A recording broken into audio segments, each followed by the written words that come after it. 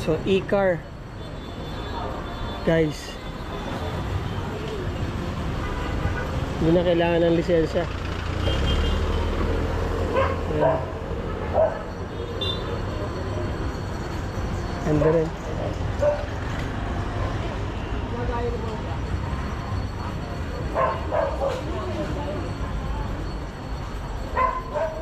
So meron silang store dito.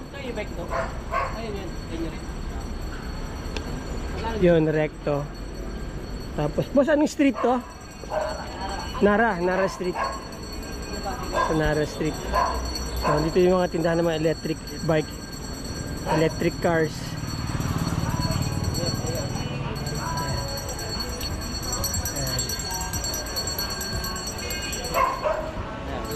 Oo. Ano ang takbo nito, boss? Nasa 60 to 80 kilometers per hour. Gaano katagal lang charging time? 8 hours. 8 hours, tapos gaano katagal lang running time? O ilang kilometro? Pero ano yan? Nasa 60 kilometers. 60 kilometers din, full charge. Okay, air condition? Depende po sa bigat.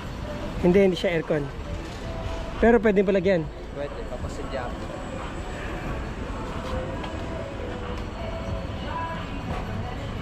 $200,000? Naglalaro doon. Naglalaro sa 200k. Okay So, wholesale to ng mga... Wholesale ba kayo rito? Na mga e-bike? So, dito pala yung e-bike. So, ayan, mga kabutsawals, no? Maghahanap kayo ng mga spare parts ng e-bike at e-bike na rin mismo. Nara Street sila. Anong pangalan ng store nyo? Chanma. Ha? Chanma. Chanma. Chanma e-bike. Ayan. So, nandito yung mga e-bikes nila. Hey boss, thank you. Alright, dito tayo ngayon sa Divisoria. Ilaya.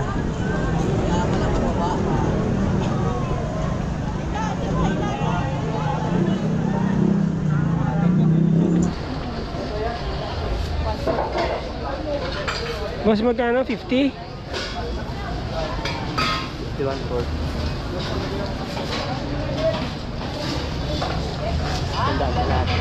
Ha? 1/4 lang, kakainin mo lang. Kung mapapansin nyo, medyo aligaga si kuya kasi at that time nagkaroon ng clearing dyan eh. Bawal kasi sila pumwesto dyan.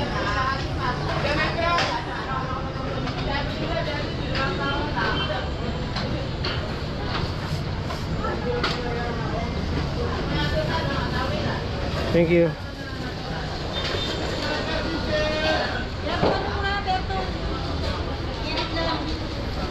So, 200 pesos isang kilo. Pero, may pupuntahan tayo, mas mura yung mga prutas. Dito sa labas, medyo pricey na yan. Ayun yung mga nagtitinda dito ng ano.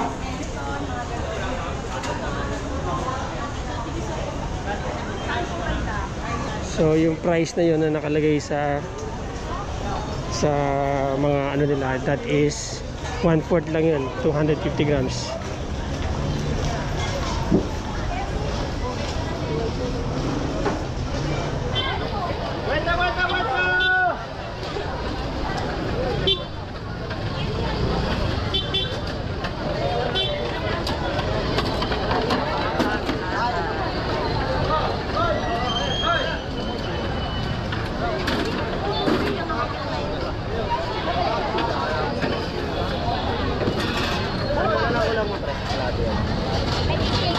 Meron din dito eh.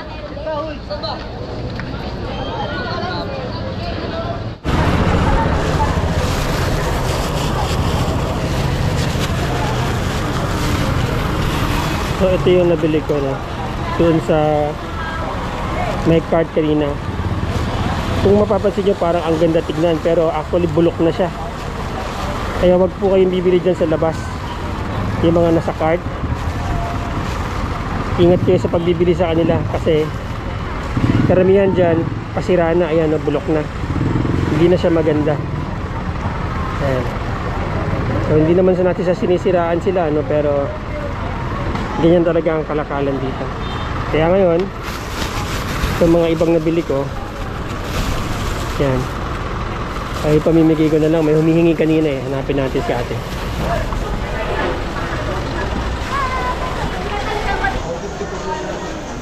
Yan. Ayun siya.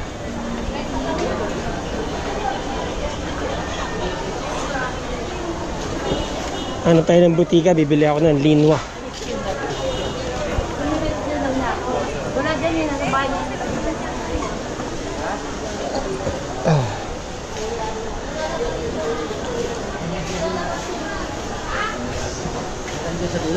Ate, oh. Sa'yo na to. Salamat po. Oo. Saan ba may butika dito? Iga. Oh, ng Inchik. Hindi. Kaumpin pa yata tayo. Ang pin pa, malayo pa. Walang butika dito. Hindi ko po alam eh. Ano nga po kayo nagtatay?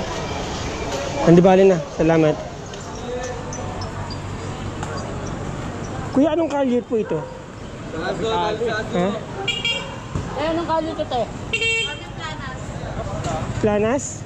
Carmen Planas. Carmen Planas. So, nandito mga murang prutas. Kalahating kilo nga po.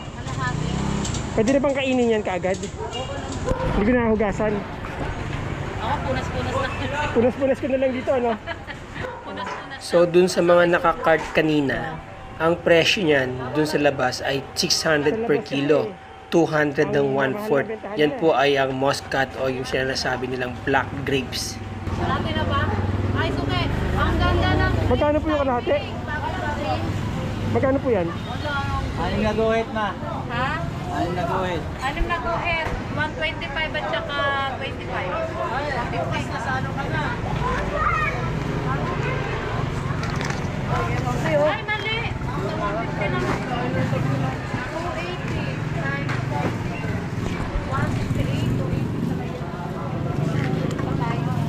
160. Ay, ano? Tamboy! Oo. Magkano po? 168. Kala ko 150. 280 sa kilo eh. Ay, ganun ba? Sorry, sir. Nagkamali ako ng 28. Ano naman to? Strawberry. Apple. 168. 150. Strawberry apple. Malutong na matanda. Hmm. Sarap yan. May sili. Lino ba? Shoutout ka na. Get out. Nakikita ka na 1 million subscribers ko. Ay, nakaano pala yan? Aha. Kung daldal ko pa ako.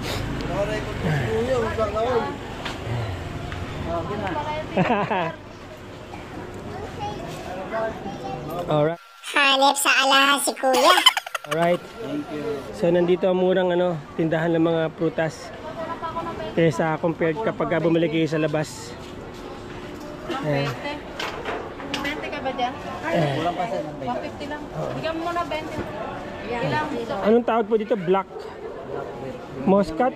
Muscat yan, sir. Muscat. Wala na yung green. Ito naman ang muscat na black. Oo, masarap din. Kasing tamis din ang green. Harap. Thank you. Ilang kilo sa kaya? 4 na kilo pa. So kung bibili po kayo ng mga prutas, ano pong kalye ulit to? Carmen Planas. Dito kayo sa pumunta sa Carmen Planas. Sakto pa? Sobra. Dito kila ate. Kasa mo? Matamis din. Pinaganda mo muna to. Magdala ka ng makeup Siya po yung may tindang pinakamatamis na muscat dito, pinakamura pa. Ma'am. Parang may lasa po siyang no? Herb. Sarap no, sir? Kakaiba lasa Saka niya. yung seed niya, pwede mo kainin, anti-cancer yan. Alga? Anti-cancer yung buto. Gamot yan. Ayan na. Gamot din sa ubo. Baka hindi naman kayo nag-YouTube. YouTube kami. Talaga? Adik kami sa YouTube. Hindi ba sa Pornhub? Oh, boss. Content. Tara. Share. Share your blessings. Ayan. Ayan guys, follow nyo to si vlogger. Mabait. Sarap ng kanyang binigay na ubas. Napakatamis. Ito yung tinatawag na Muscat. Ano yung ibig sabihin ng Muscat? Galing Moscow. Very sweet. Galing Moscow. Galing Moscow. Very sweet. Yeah. Kaya Muscat eh. Very sweet. Laki ng duwat ah. Nakala ko nga kanina duhat eh. Sarap guys. Shout out. Kainin nyo daw yung buto kasi anti-cancer yung buto. Kuya, kuha ka oh. Marami ka ng followers, sir. Marami ka rin. Marami nung kay nanay. Habang ano natin, subscribe lang nga kita. Bigyan ka ito ng sticker. Ay, thank you. Huwag mong didikit sa noo mo. Kuya. Pwede sa cellphone. Sa mga Ilonggo dyan, Ilonggo, Bisaya, oh yan. Oh. Napakasarap ng grapes.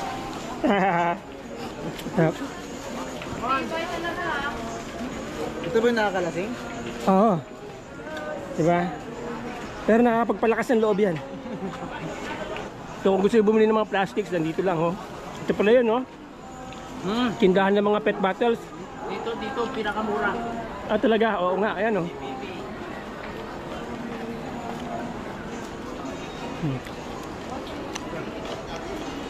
Kita niya?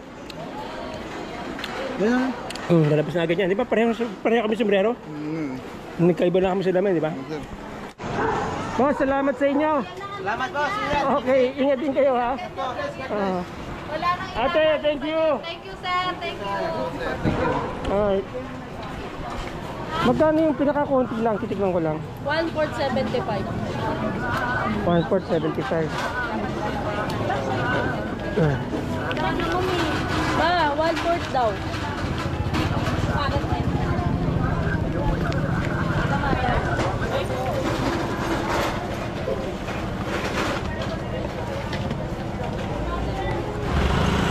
So dyan ako bumibili ng mga spices dati saka mga nuts. Ito, ayan. Ito lahat ng mga spices na kailangan nyo.